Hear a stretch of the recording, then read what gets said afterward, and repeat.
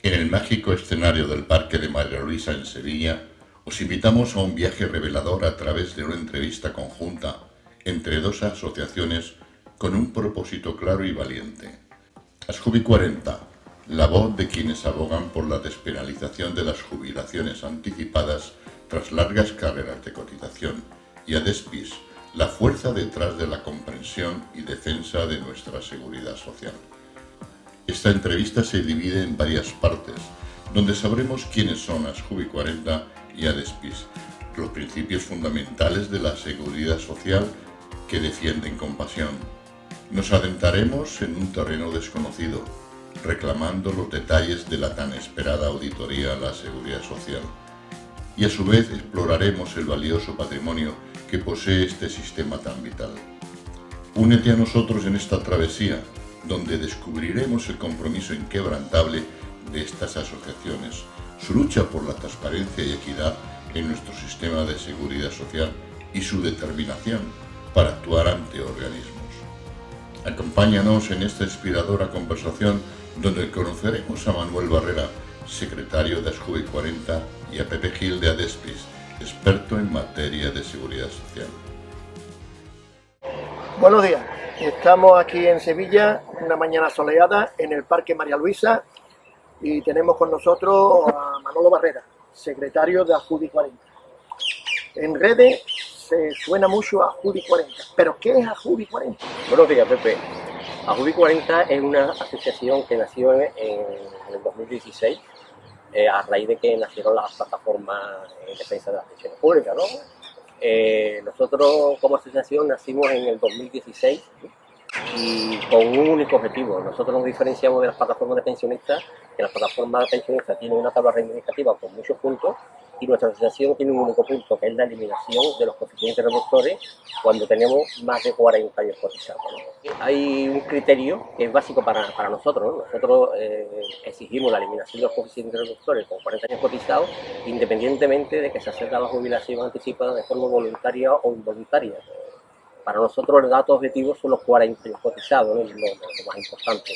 Y desde el 16 hasta ahora, ¿qué es lo que habéis hecho? Porque en redes saléis, pero la gente en general no sabe cuáles han sido vuestras acciones o vuestras actuaciones. Desde el 2016 nosotros nos centramos en acciones políticas. Básicamente empezamos a movernos por los parlamentos autonómicos, a contactar con diferentes grupos políticos para a ver si podíamos conseguir proposiciones de ley en los parlamentos, ¿no? Nos reunimos con los grupos que se querían reunir con nosotros, ¿no? Este ha sido un trabajo muy difícil porque, bueno, llamar a las puertas de un parlamento, de un partido o de otro, pues la verdad es que cuesta mucho trabajo que te abran las puertas, ¿no? Al final lo hemos conseguido, ¿no? Y de las 17 comunidades autónomas con sus 17 parlamentos, hemos conseguido 16 proposiciones no de ley aprobadas. Es decir, la única que nos ha quedado ha sido La Rioja, pero podemos decir que tenemos el 99,8-99,9% del apoyo institucional de todos los parlamentos autonómicos. Eso no se ha transmitido después al Congreso de los Diputados, aunque el trabajo está hecho, ¿no? Pensamos que unas votaciones que se han hecho en los parlamentos, aunque las proposiciones de ley no sean vinculantes, bueno, cuando se presentan a un gobierno 16 proposiciones de ley, tiene que tener suficiente peso político como para que se acceda a ella, ¿no? Independientemente de eso, hemos presentado proposiciones de ley también en el Congreso de los Diputados y nos la han aprobado. Hemos presentado una moción en el Senado también y nos la han aprobado. Y aparte nos dedicamos a pasar por diputaciones provinciales de diferentes localidades. Tenemos la orden de 14 o 15 diputaciones y varios ayuntamientos. En ese sentido, has dicho lo que había hecho a nivel institucional, pero a nivel político, institucional, pero con personas y con sindicatos, ¿con quién se habéis reunido o qué ayuda habéis recibido de los sindicatos individualmente de los políticos? Tú sabes que el Pacto de Toledo se rompió, ¿no? Al final Podemos pues, dijo que no estaba de acuerdo con el Pacto de Toledo, se rompió y nosotros empezamos a trabajar reuniéndonos con todos los portavoces, bueno, con casi todos los portavoces de los diferentes grupos que componían la Comisión Permanente del Pacto de Toledo para intentar que nuestra reivindicación fuese una o entrase dentro de alguna de las reivindicaciones recomendaciones del Pacto de Toledo, ¿no? Después de muchas reuniones con ellos, pues conseguimos que entrara y entró nuestra reivindicación dentro de la recomendación número 12. ¿Sí? También teníamos bastante buena relación, bastante buen contacto y un buen apoyo con UGT. María Carmen Barrera, que era la secretaria general de Políticas Sociales, ella desde siempre nos ha apoyado, ¿no? Eso no ocurría con Comisiones Obreras. Comisiones Obreras no estaba totalmente de acuerdo con nuestra reivindicación. La veía de diferentes formas, ¿no? No pensaba que era bueno eliminar los coeficientes reductores, sino más bien pensaba que era preferible reducir esos coeficientes reductores. Por ejemplo, cuando se habla del 8%, pues bajarlo al 3 o al 4, ¿no? Esa era la postura de Carlos Bravo, que era la persona que llevaba en Comisiones Obreras el tema este, ¿no? Pero bueno, podemos decir que no hemos reunido con ellos. Sí, lo habíamos visto mucho. Otra pregunta. Actualmente el Estatuto de los Trabajadores no permite trabajar antes de los 16 años, trabajar y cotizar. En la época de ustedes, los que tenéis 65, 70 años, empezaste a trabajar con 14 años. La categoría menor era la de aprendiz o similar. De los 14 a los 16 o a los 18, ¿qué pasaba en aquellos tiempos? La mayoría de las personas que componemos a Jubi 40, que bueno, casi todos somos de la generación del baby boom, ¿no? Pues empezamos a trabajar con 14 o 15 años, como tú muy bien dices.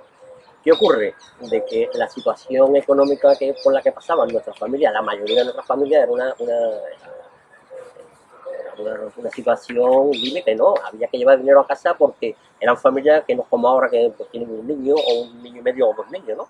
En aquella época eran 3, 4, ¿no? Había familias numerosas y solamente trabajaban padres. Madre no accedía al mercado laboral, digamos, ¿no? Entonces, en el momento que tenías 14 años, lo más normal es que pasase al mercado laboral, ¿no? ¿Qué ocurre? Que una persona, un niño con 14 años, una niña con 14 años, porque en aquella edad, con 14 años, éramos niños, ¿no? Pues pasábamos de un colegio a un entorno laboral, y un entorno laboral duro, ¿no? Con jefes que no son los jefes de ahora. No había sindicatos, no existían los sindicatos, ¿no? Entonces estábamos indefensos. Perdimos nuestra infancia, perdimos nuestra juventud, entramos en el mercado laboral, ¿no? ¿Qué ocurre? De que ahora, por haber accedido al mercado laboral con esa edad, cuando llega a final de tu vida laboral, con 55, 60, 62 años, por el motivo que sea, dejas de trabajar porque te meten en un ERE, porque te echan, porque por tus condiciones físicas no puedes seguir trabajando, y lo que hacen es que te penalizan, ¿no? Nosotros pensamos que los años que van desde los 14 hasta los 18, es decir, esos 4 años, como te comentaba, hemos perdido la infancia, hemos perdido la juventud, hemos perdido todo, ¿no? Esos años se deberían de considerar a la hora de la base de cotización mínimo por 2 o por 3 años, es decir, si tú has trabajado desde los 14 hasta los 18, has trabajado 4 años, mínimo se debería de considerar como 8, o como el ministro Escrivá ha sacado la ley 2021, la jubilación demorada, que por cada año que tú retrases la jubilación te da un 4%, ¿no? Bueno, pues esos 4 años que van desde los 14 a los 18, que hoy es ilegal trabajar, esos años deberían de tener un coeficiente no reductor, sino un coeficiente multiplicador. Esto me lleva a una pregunta de igualdad. Si de los 14 a los 18, la mayoría del colectivo que tiene más de 40 años cotizados, serían 44, no se le reconoce este periodo, sabiendo todo el mundo que en esta época no se cotizaba, ¿por qué no se le hace el mismo tratamiento que se le da hoy en día a la mujer? Porque no le daban de alta en sus trabajos y tienen pocas cotizaciones. Entonces hay medidas de apoyo a la brecha de género de la mujer. ¿Por qué ustedes no pedís lo mismo? Igual que el servicio militar. Pasáis de los 14 a los 18 y luego el servicio militar. Tenéis una pérdida ahí de 6 o 7 años. ¿Qué acciones habéis pensado tomar o hacer? Nuestra reivindicación, como te he comentado, siempre lo hemos basado en la acción política, ¿vale? Nos hemos reunido con los colectivos que te he comentado, ¿no? ¿Qué ocurre? De que esto es una discriminación que tenemos, y además que tenemos y que nos consideramos discriminados con otros colectivos, ¿sí? Y que este gobierno y los gobiernos anteriores saben que existen, pero no la quieren solucionar.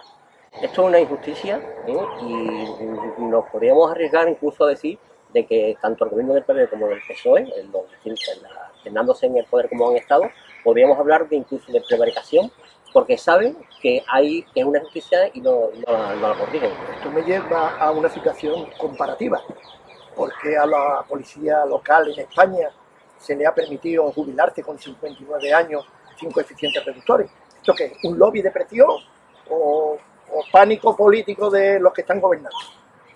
El tema de la jubilación anticipada en algunos cuerpos y fuerzas de seguridad del Estado tiene mucho que estudiar, ¿no? Fíjate de que la recomendación número 12 del Pacto de Toledo, cuando salió, no había previsto nada de esto, ¿eh? Y en uno de los descansos que se vio discutiendo la propia recomendación, sacaron el tema de los mozos de escuadra y se aprobó allí sobre la marcha, cuando eso en principio no estaba ni previsto, ¿no?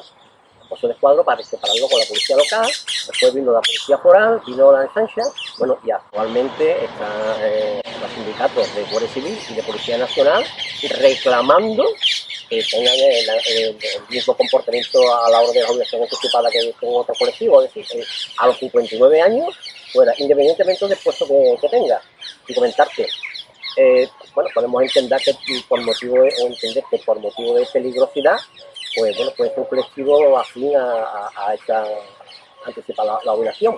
Pero si tú miras las estadísticas de los accidentes laborales, la industria es la que más accidentes laborales tiene.